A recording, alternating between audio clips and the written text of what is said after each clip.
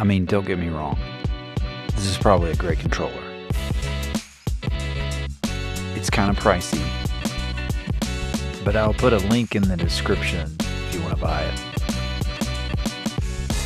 If you want to use a controller to play games on your PC or laptop, instead of buying this controller, do this. Most households have some gaming console that you can use the controller to play your games on your desktop. So let's take a look at that. There's a couple ways to do it.